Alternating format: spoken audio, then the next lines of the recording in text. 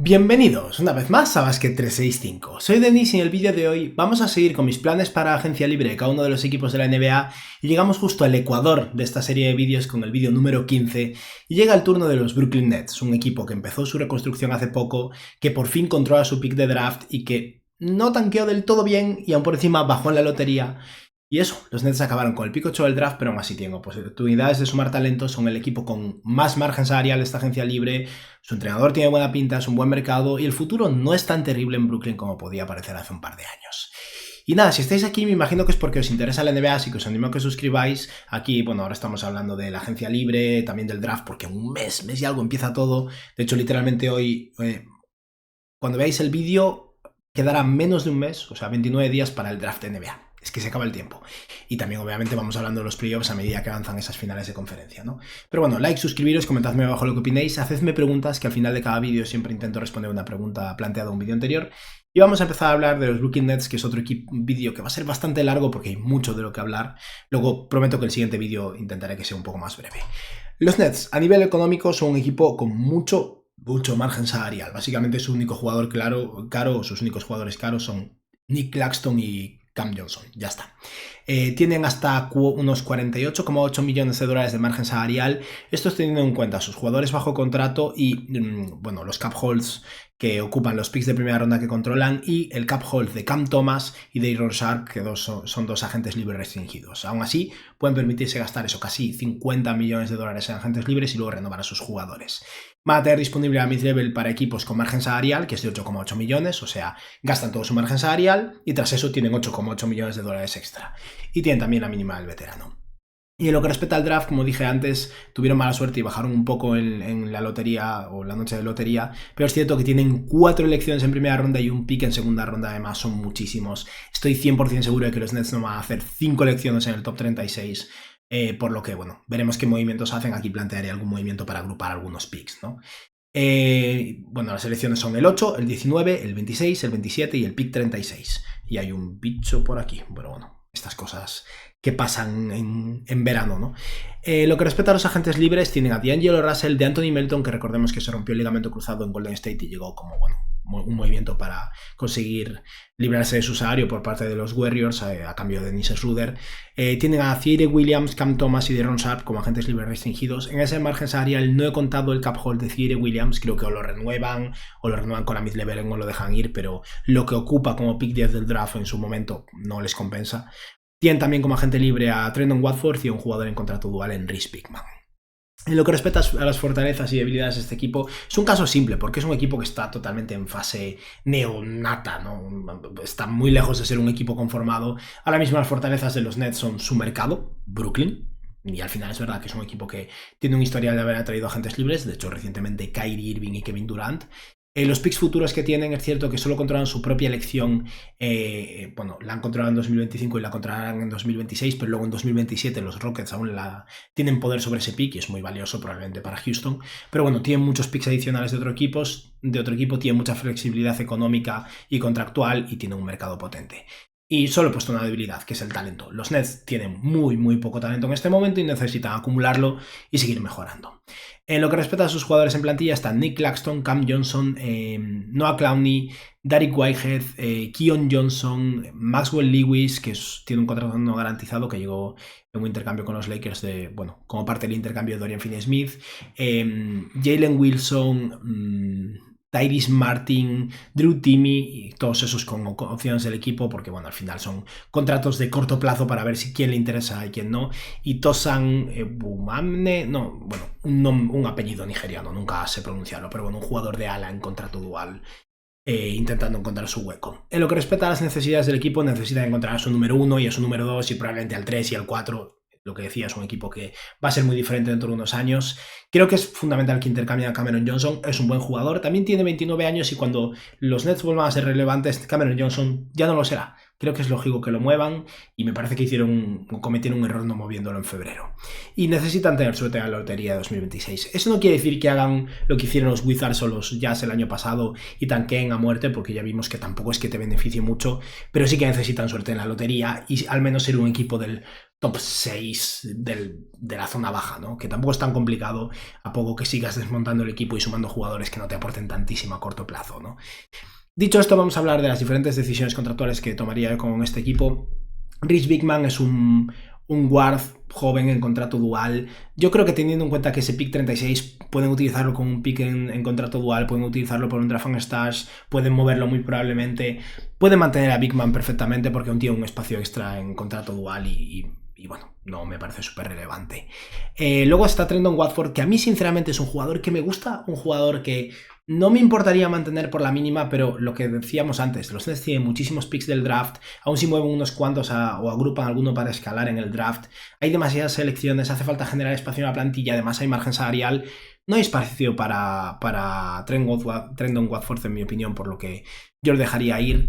Luego está de Anthony Melton, para mí es un caso similar. Melton es un veterano sólido, pero que tiene el ligamento cruzado roto. Al final del vídeo hablaremos de él otra vez, porque sí que considero que en el puesto 15º del equipo, una vez acabes todas tus transacciones, tras soltar su cap hold y todo, si quieren hacer lo que hicieron los Wizards con Saddiq Bey y pagarle a Melton un contrato a medio plazo barato para, bueno, asegurarle dinero mientras se recupera y luego tener un jugador sólido bajo contrato que puedan utilizar o intercambiar, me parece interesante, pero de entrada no lo vamos a contemplar. A D'Angelo Russell no pinta nada en este equipo tampoco. Es cierto que no sé dónde pinta algo de D'Angelo Russell ahora mismo, y es un tío con talento, pero es verdad, económicamente no me sorprendería ver a Dilo firmando por 8 millones en algún lado, viendo la realidad del mercado que espera Brooklyn, pero no creo que tenga mucho sentido. Los Nets necesitan generar espacio, como decía, y no me parece prioritario en absoluto.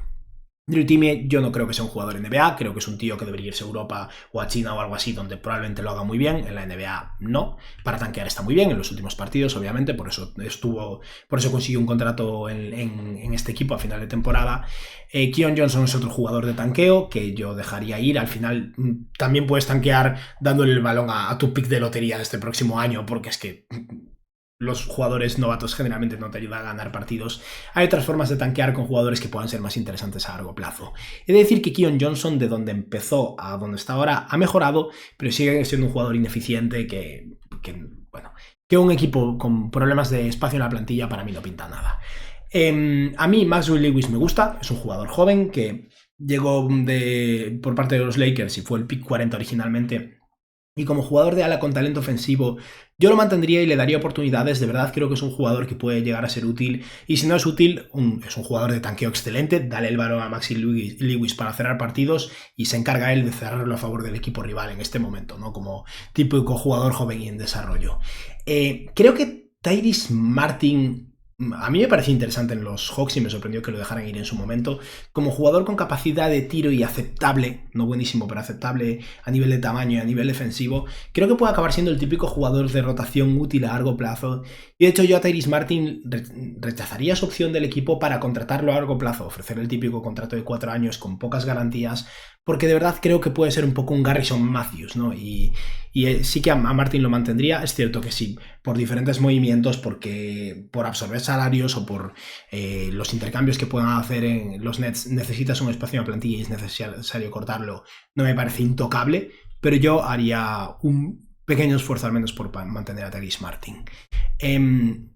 Jalen Wilson es un jugador que a mí me parece aceptable y que tal vez pueda llegar a ser interesante, pero básicamente en la lógica de este vídeo le he estado dando vueltas y he llegado a la conclusión que la cosa estará entre él y Ziaire Williams, básicamente. Creo que hay un punto en el que con los espacios que van a tener que ocupar con otros jugadores, no hay espacio para todos los proyectos de desarrollo de esta línea, y si tengo que escoger a largo plazo entre Wilson y Ziaire Williams, yo creo que Ziaire Williams tiene alguna posibilidad más de ser un jugador interesante. Este último año en Brooklyn no lo hizo mal, estuvo más sano.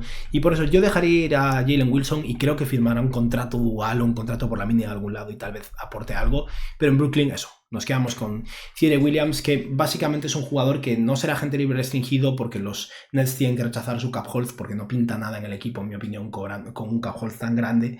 Pero es cierto que luego con su mid-level de 8,8 millones de dólares tiene mucha facilidad para hacer todas sus gestiones, pagarle a todo el mundo y luego pagarle a Ziaire Williams 8 millones por año durante un par de años para ver si se desarrolla y es útil.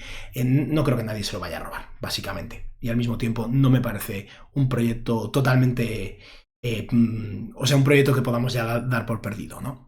Y dicho esto, vamos a hablar de los dos agentes libres restringidos importantes. Uno es Day'Ron Sharpe. Yo a Sharpe lo mantendría a toda costa. Y es que creo que es un jugador muy infravalorado que en sus minutos muy limitados ha sido altamente productivo. Y de verdad, yo creo que va a ser una ganga para los Nets a largo plazo y tienen que pagarle. Es agente libre restringido. Su cap hold es de unos 12 millones de dólares. Yo no creo que su mercado real vaya a estar a esa altura y creo que no es muy complicado que lo renueven por unos 7, 8 millones por año. 10 millones tal vez incluso, y Day'Ron Sharpe renovando por un contrato de 3 años y algo menos de 30 millones, unos 27 millones por año, algo así. Creo que es una muy buena opción para los Nets. Pueden incluso poner una opción del equipo en el último año. Sharpe consigue una subida salarial y poco a poco se va ganando su hueco, y creo que es un pivot suplente de rotación interesante, ya sea para Brooklyn o eventualmente como posible pieza de intercambio. Yo no lo perdería. Y nada, tampoco es que nadie en agencia libre restringida vaya a hacer una oferta inviable para los Nets, que son el equipo que se va a encargar de hacer eso este verano, ¿no? Y luego está Cam Thomas. El caso de Cam Thomas es raro. Cam Thomas es un tío que los Nets han estado más que dispuestos a mover y parece que no ha tenido un mercado potentísimo. Su talento es innegable. Estamos hablando de un chaval que ha promediado 24 puntos por partido en su cuarto año en la NBA, con una eficiencia más que aceptable. No defiende mucho, ha mejorado un poco en todo, pero no defiende mucho, no es un pasador de élite, aunque poco a poco ya ha ido desarrollándose, y es un tío con talento evidente. Yo creo que Cam Thomas es más Colin Sexton que una estrella de la NBA. Sexton es un tío que recordemos que en los Cavs tuvo una temporada de 24 puntos por partido. Al mismo tiempo, como pick de finales de primera ronda, su cap hold es de unos 12 millones de dólares. Cam Thomas se merece más que esto, pero creo que los Nets tienen la capacidad perfectamente de mantener el cap hold de Cam Thomas, hacer todas sus gestiones, reservando esos 12 millones de dólares y tras eso renovarlo por el dinero que sea necesario. Lo que decía antes, no hay dinero en esta agencia libre, nadie se va a volver loco intentando conseguir un sign and trade de Cam Thomas y creo que pueden perfectamente renovarlo por unos 16, 17 millones de dólares por año. Cam Thomas cree que se merece más, pero la realidad es que en este mercado y en base a lo que ha derivado en éxito del equipo, no creo que se lo merezca. Y por eso creo que los Nets con mucha facilidad pueden renovar a Cam Thomas por 4 años, tal vez 3 años, por encontrar un término medio. 3 años y unos 48 millones de dólares, 3 años 50 millones. No creo que sea un problema, no creo que haya muchos rivales que puedan competir ahí y eso. Yo mantendría a Cam Thomas, pero estaría dispuesto a mover el rol de sexto hombre eventualmente o intercambiarlo. Para mí no es una pieza fundacional clave de los Nets, al mismo tiempo es un tío con talento y no lo pierdes porque sí. Dicho esto, así es como quedaría la plantilla antes de hablar del draft, que va a ser potente. Hemos hecho un poco de limpieza, pero aún quedan bastantes jugadores, obviamente. Y pasaría a ser un equipo con nadie en la posición de base, puesto ahí lo que sea menos D'Angelo Russell, más Cam Thomas, Cie Williams, que como decía antes consideramos que es bastante viable que lo puedan renovar, Cameron Johnson, Nick Claxton, Tyrese Martin. Aquí está Jalen Wilson, pero luego lo acabé borrando simplemente por no volver tanto atrás, pues lo dejamos ahí. Pero digamos que Jalen Wilson al final no tiene cabida en el equipo. Noah Clowney, que no hablaré más de él aquí porque es un jugador que aún no tiene que firmar su extensión de contrato de novato ni nada. Pero de toda esta plantilla antes del draft es para mí el jugador joven más interesante de este equipo. Day'Ron Sharpe, que es otro jugador que me gusta, Maxwell Lewis y Dariq Whitehead. Eso es todo. Ahora mismo hay 5 espacios libres en la plantilla y recordemos que hay 5 picks en el top 36, con lo que hay que hacer algún movimiento, ¿no?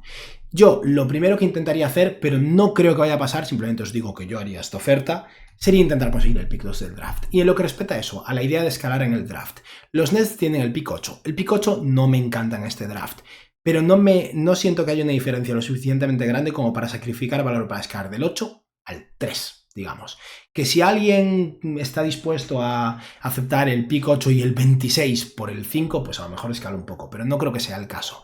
Por eso para mí el único pick al que querría escalar sería el 1, que es intocable, o el 2, y creo que tampoco es muy viable. Pero yo, la oferta que le haría a los Spurs por el pick de Dylan Harper, que es eso, el jugador que tiene que salir ahí, sería esto, básicamente. Creo que los Spurs, con intención de tal vez competir más este año, podrían estar dispuestos a aceptar, o a plantearse más bien, un intercambio en el que llegue Cam Johnson a su equipo. Y yo lo que he planteado aquí es a Brooklyn pagando a Cameron Johnson su pick 8 del draft y la primera ronda de 2027 de los Knicks, o sea, una primera ronda futura no muy buena, ya son Cameron Johnson y el pick 8, por Harrison Barnes por hacer cuadrar el dinero y el pick 2 del draft. Yo soy Brooklyn y hago esto sin pensarlo. Creo que Dylan Harper sería inmediatamente el jugador con más talento de este equipo. Y luego es lo de siempre, el pick 2 del draft a veces sale bien y otras no, obviamente. Pero de entrada es un tío que tiene muy buena pinta y en el que yo confiaría bastante. Pero creo que para San Antonio, aun si esto probablemente sería muy coherente para competir a corto plazo, Cameron Johnson encaja muy bien, el pick 8 aún te suma talento, consigues un pick adicional. Creo que San Antonio no se atrevería o no querría hacer esto al final, por lo que yo haría la llamada, lo intentaría, pero no tengo confianza en que esto ocurra. Y si esto no ocurre, me quedaría con el pick 8 y lo que intentaría como mínimo es agrupar alguno de mis picks. Dándole vueltas, creo que es viable hacer algo así, por ejemplo.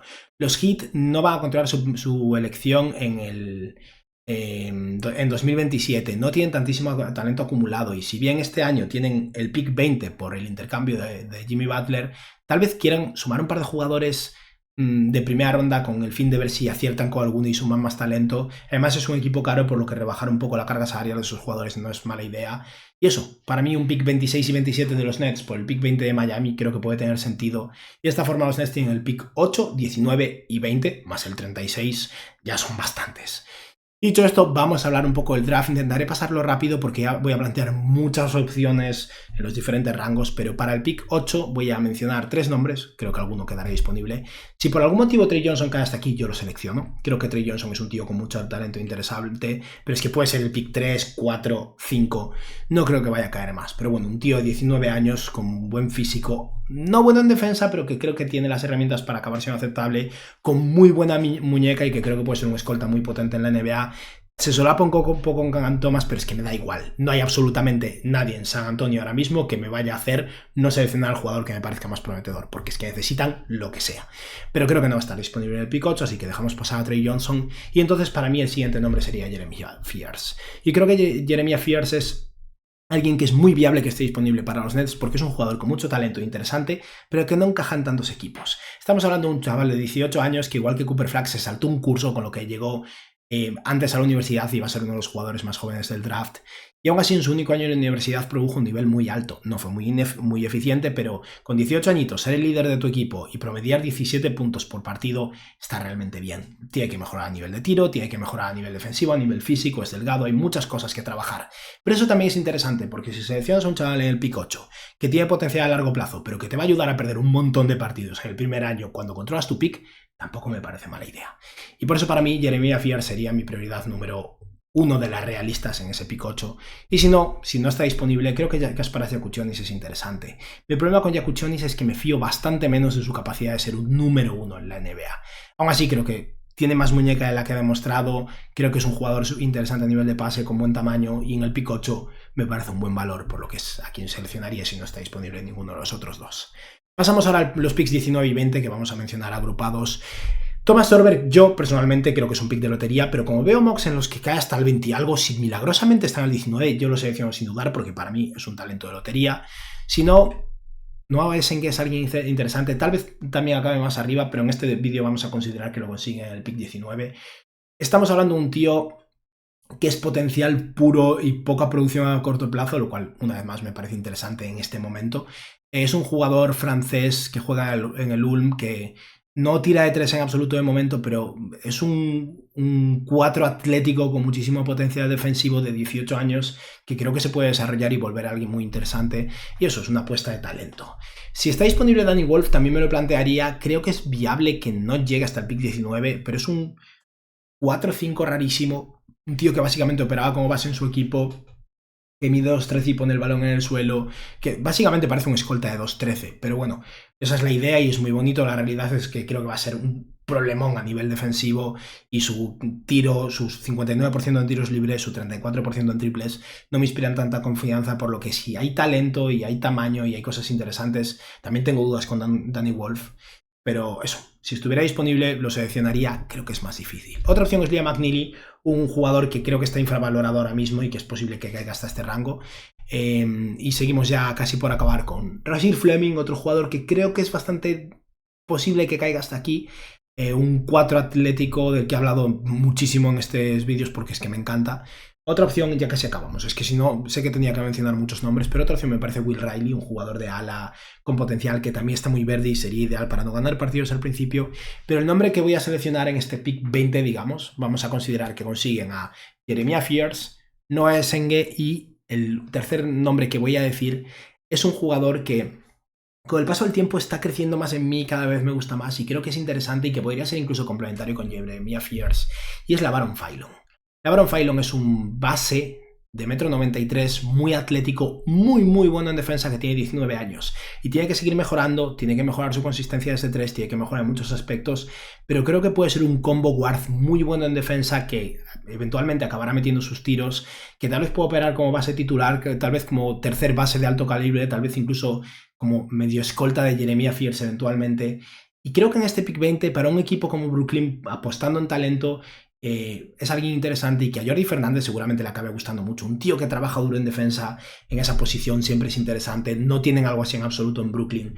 Y eso, creo que es un buen pick. Y por mencionar un par de nombres que si caen hasta el 36 me parecen interesantes como posibles draft and stash, jugadores para seleccionar y dejar en Europa o en donde sea, porque no puedes sumar a tantos jugadores. Si Hugo González cae hasta el 36, que creo que es poco probable, pero no imposible, yo lo seleccionaría. Y si no, Hansen Yang, un jugador que está muy de moda ahora, un pivot chino enorme que lo ha hecho muy bien en el Draft Combine. Si está disponible en el 36, creo que es bastante viable. Estamos hablando de un pivot muy grande, con capacidad de pase y que tiene talento evidente. Creo que es no suficiente atlético, no suficiente potente a nivel defensivo, pero si lo seleccionas y lo dejas desarrollarse en la liga china y eventualmente es un jugador interesante, pues no me parece mala idea. Y dicho esto, ya está. Ya hemos hablado bastante del draft y tenemos también que hablar de la agencia libre, del dinero que van a tener los Nets. El equipo quedaría para mí así, con Jeremiah Fears como base titular, que es perfecto para perder al principio, con Cam Thomas, Zaire Williams, Cameron Johnson, Nick Claxton, LaVaron Philon, Tyrese Martin, Jalen Wilson, Noah Clowney, Day'Ron Sharpe, renovado por, como decía, unos 8-7 millones por año, Maxwell Lewis, Dariq Whitehead y Noah Esenge, y quedan aquí un par de espacios libres en la plantilla. Y como decía antes, los Nets tienen aquí unos, aún después de renovar a Day'Ron Sharpe, tienen 40 y pico millones de dólares. Tienen muchísimo dinero. Bueno, es que tengo el Excel aquí, me he ido echando los cálculos, pero eso, aún con Sharpe cobrando 7 millones con el cap hold de Cam Thomas, tienen capacidad de sobra para poner sobre la mesa 50 millones de dólares, básicamente. Y vamos a hablar de unos cuantos agentes libres, pero quiero empezar diciendo que algunos de los nombres más potentes de los que se habla no me convencen del todo, algunos porque creo que van a ayudarte a ganar muy pronto, otras porque creo que no valen tanto la pena, y el primero es Jonathan Kuminga. El tema con Kuminga para mí es, si no fuera agente libre restringido, yo le pondría dinero sobre la mesa y me lo traería para probar suerte. Pero es agente libre restringido. Y cuando hablemos de los Warriors ya explicaré más esta situación, pero los Warriors no tienen incentivos para hacer un sign and trade porque es una situación compleja por la... ahí se me acaba de olvidar el nombre de la regla.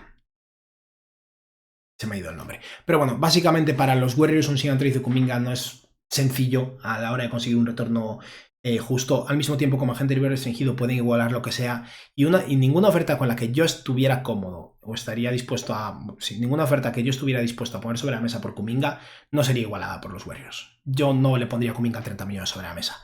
Y si los Nets le ofrecen 20 millones, los Warriors van a igualar. Por lo que para mí no tiene mucho sentido y yo lo dejaría ir. Otro nombre es Naz Reid, y a Naz Reid le he dado muchas vueltas, pero creo que con Naz Reid el problema es, para empezar, si quieren llevárselo, que creo que es un jugador muy interesante que realmente produciría en Brooklyn y que daría un salto y sería muy potente a largo plazo, para empezar, creo que te ayudaría a ganar tal vez demasiados partidos, es demasiado competente y demasiado bueno al baloncesto, y el año que viene aún es interesante apestar un poquito. Y adicionalmente, los Timberwolves, aún con la situación con Randle y el dinero que van a tener que sacrificar en pagarle a él, creo que a menos que se pongan sobre la mesa unos 30 millones de dólares, los Timberwolves van a hacer lo posible por mantener a Naz Reid. Si lo puedes conseguir por 24 millones de salario por año, 25 por año, ponerle sobre la mesa 4 años 100 y eso llega, yo me lo plantearía más, pero creo que ese rango se escapa un poco, creo que de verdad se va a llevar un contratazo y por eso yo voy a considerar que no. Así que los dos nombres que voy a considerar que consiguen son curiosamente dos agentes libres restringidos, y el primero es Santi Aldama. Creo que Aldama con el vínculo con Jordi Fernández es interesante, aporta algo un poco diferente en Brooklyn con ese rol de 4-5 con capacidad de tiro, tiene 24 años, ha tenido su mejor temporada, y es cierto que es agente libre restringido, pero los Grizzlies son un equipo caro, que tiene que priorizar a Jaren Jackson Jr. y no tiene tanta flexibilidad, y si los... Nets presionan y le ofrecen un contrato complicado a Aldama, creo que es bastante sencillo que lo consigan. Yo lo que haría sería ofrecerle un contrato que vaya de mayor a menor y poner sobre la mesa un salario inicial para Santi Aldama de 20 millones. 20 millones que me deja 19, 18, 17 básicamente. No es en absoluto complicado para Brooklyn poner eso sobre la mesa y tolerarlo. Creo que puede acabar valiéndolo. Y un salario inicial de 20 millones por Santi Aldama para los Grizzlies, con todo lo que van a tener que tolerar económicamente, creo que se escapa bastante y me parece que al final estarían dispuestos a dejarlo ir. Y luego un nombre que también es súper interesante y que no me planteé hasta que empecé a pensar en este vídeo es Quentin Grimes. Quentin Grimes acaba de tener una explosión en Filadelfia y todos consideramos que es bastante viable que llegue a un acuerdo ahí porque no hay dinero en la agencia libre, porque esa agencia libre es restringido, y los 76ers, que son un equipo que está muy mal económicamente, que tiene que pagarle a Yabusele, que tienen 3 jugadores cobrando un máximo y que no puede permitirse soltar tanto dinero, supongo que aspiran a pagarle a Quentin Grimes 14, 15, 16 millones de dólares de salario promedio. Y Grimes ha tenido una temporada o un cierre de temporada espectacular en Filadelfia, pero ha sido bueno en general todo el año. Y creo que de verdad es un 3&D potente, útil y que va a valer la pena. Pensemos un poco en Christian Braun. Lo decía Bobby Marks el otro día y yo creo que es real. Christian Braun va a cobrar más de 30 millones por año. Creo que es viable que Quentin Grimes no sea muy inferior a Christian Braun, de hecho es más completo en algunos aspectos. Y permitir que los 76ers lo renueven por 15 millones, 16 millones por año cuando tienes dinero, no sé si es una buena idea. Yo sería agresivo si fuera Brooklyn y le pondría en la mesa a Quentin Grimes 22 millones de dólares de salario inicial. Que desescalen, que no es, de verdad, no es para tanto.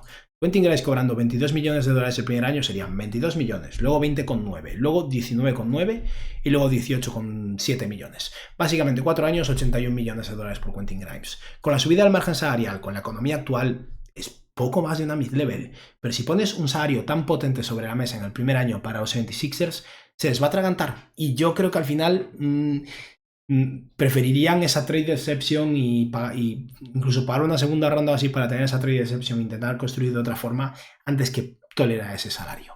Y creo que de verdad, lo de Aldama es un poco más complicado, lo de Quentin Grimes es viable.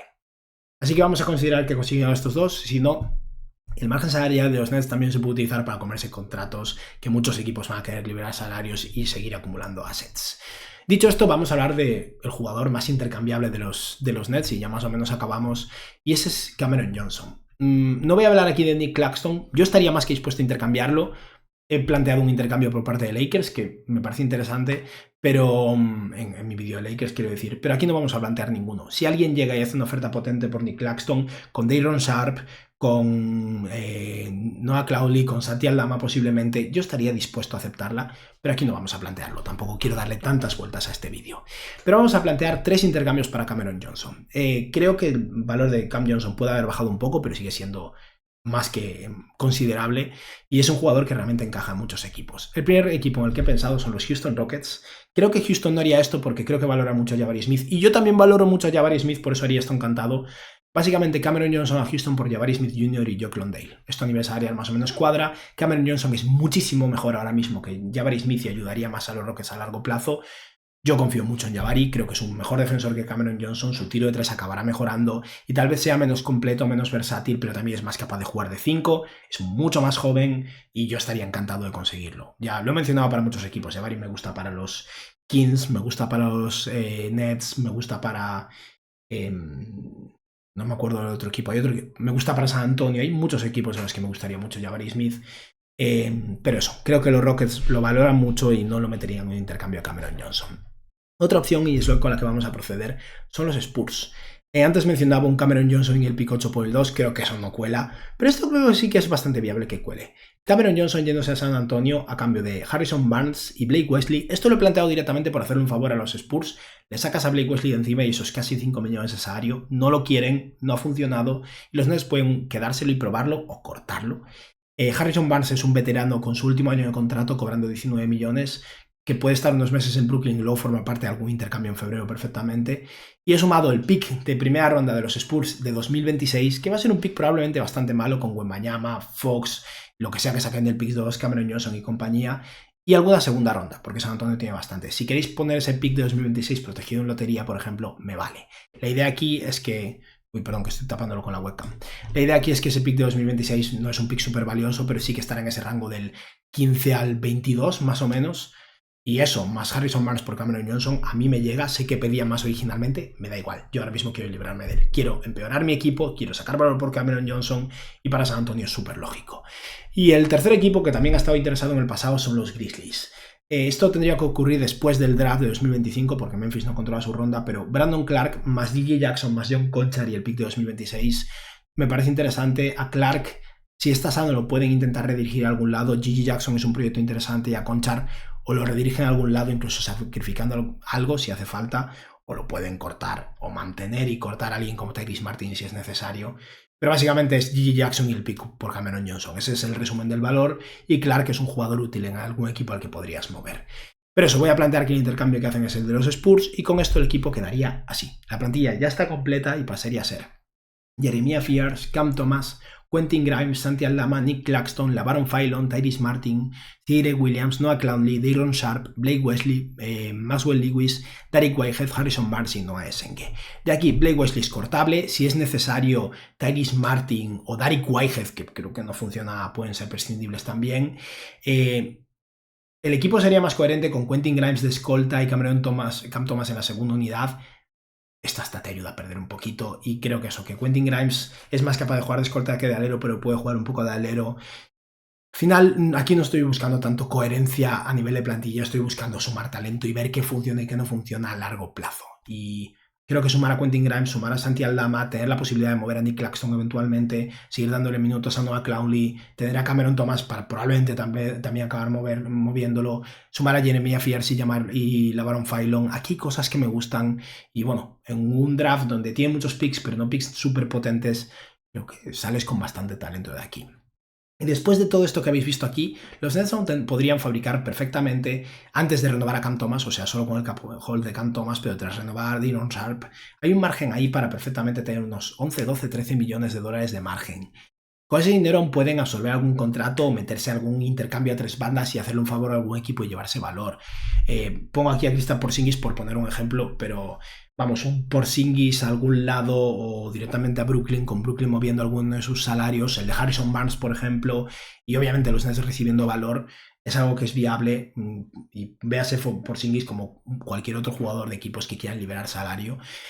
Y si no es eso, simplemente se mantienen con un poco más de flexibilidad salarial, que tampoco es el fin del mundo. Otra opción también es, como decía antes, de Anthony Melton. Una vez has acabado todo, cortas a Blake Wesley, en el que yo personalmente no confío mucho, y le pones algo de dinero sobre la mesa de Anthony Melton con ese margen salarial que aún te queda, porque es cierto que obviamente antes ha rechazado su cap hold y todo. Y Melton puede ser un jugador interesante, no este año, mientras se está recuperando, aunque volverá, supongo que en el primer tercio de temporada, pero si contratas a Melton por 3 años, 21 millones, por ejemplo, los 2 años siguientes realmente son interesantes y es un jugador útil y que puede ser productivo. Y si no, incluso en ese último espacio que puedes generar tras cortar a Blake Wesley, otra opción es ir a por un base veterano. Si el juego de Jeremiah Fears y LaVaron Philon te parece tan desastroso que aún sí te beneficia de cara a no ser tan competitivo y a poco que sientes a Quentin Grimes y Nick Claxton no ganas una, siempre puedes ir a por un base de veteranos si te sientes más cómodo.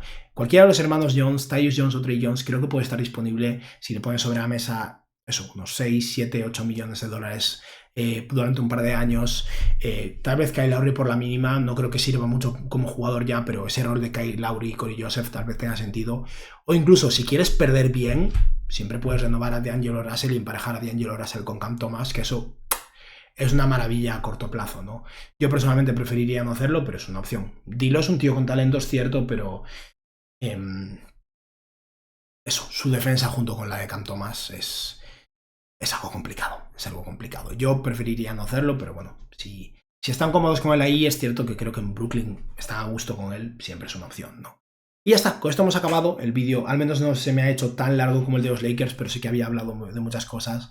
Repaso la plantilla de todas formas para que la veáis. Lo único aquí, como decía antes, es que ese hueco de Blake Wesley, si los Nets quieren eliminarlo, pueden eliminarlo, aún tienen algo de margen mientras no renueven a Cam Thomas, y si no, pues renuevan a Cam Thomas y se quedan en esa situación y siguen siendo un equipo con capacidad para facilitar intercambios y con algunos salarios intermedios como el de Tyre Williams, por ejemplo, eventualmente el de Dayron Sharp, el de Harrison Barnes, el de Blake Wesley, si lo mantienen cobrando 5 millones, que pueden ser útiles para eso, llevarse alguna segunda ronda más, incluso alguna primera ronda floja durante esta temporada. Y es eso.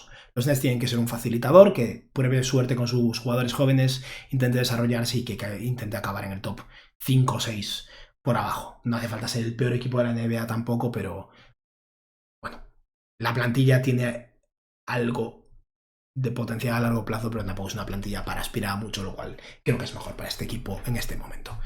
Y ya está, con esto hemos acabado por hoy. Simplemente vamos a responder una preguntilla, pero antes de nada quería también hacer una mención a todos esos miembros del canal que al final son las personas que están ahí apoyando por detrás. Muchas gracias a todos. Y por otra parte, como decía, quiero responder una preguntilla. Y la pregunta de hoy es una de Juan Esteban Gutiérrez López. Dios, que malo estoy leyendo nombres en YouTube así todo junto. Denis, sé que es jugar un poco a ser adivino, pero teniendo en cuenta que este verano será el primer verano libre de Haliburton desde su segundo año, que fue 2022, ya que lleva 2 años yendo con la selección de Estados Unidos y se tiró todo el 2024 jugando lesionado, ¿crees que se puede venir otro salto en su nivel? Yo le tengo mucha fe, creo que puede ser bastante mejor de lo que ya es. Haliburton todavía es joven, creo que tiene 25 años, tal vez 24. Es cierto que ha tenido años complicados a nivel de salud y a nivel de eso, de pretemporada, y el verano es un momento en el que los jugadores realmente mejoran muchísimo, añaden cosas nuevas a su repertorio, o pulen cosas o problemas que puedan haber tenido, como Tatum y ese tic que tenía en el tiro que pulió el verano pasado, por lo que sí que creo que es posible que Haliburton, que ahora mismo está en finales de conferencia, con posibilidades de llegar a las finales de la NBA, creo que sí que es posible que llegue todavía mejor el año que viene. Y ya solo si llega sano desde el día 1, su temporada promete mucho más, porque recordemos cómo empezó este año, ¿no? No espero que Haliburton acabe siendo un candidato a MVP, pero es que es un tío con muchísimo talento, que ya lleva 2 selecciones de tercer equipo del NBA y que seguramente aspire a alguna más y tal vez incluso alguna superior. Y nada, ya está. Esto ha sido todo por hoy. Espero que os haya gustado el vídeo y que tengáis un buen día. Adiós.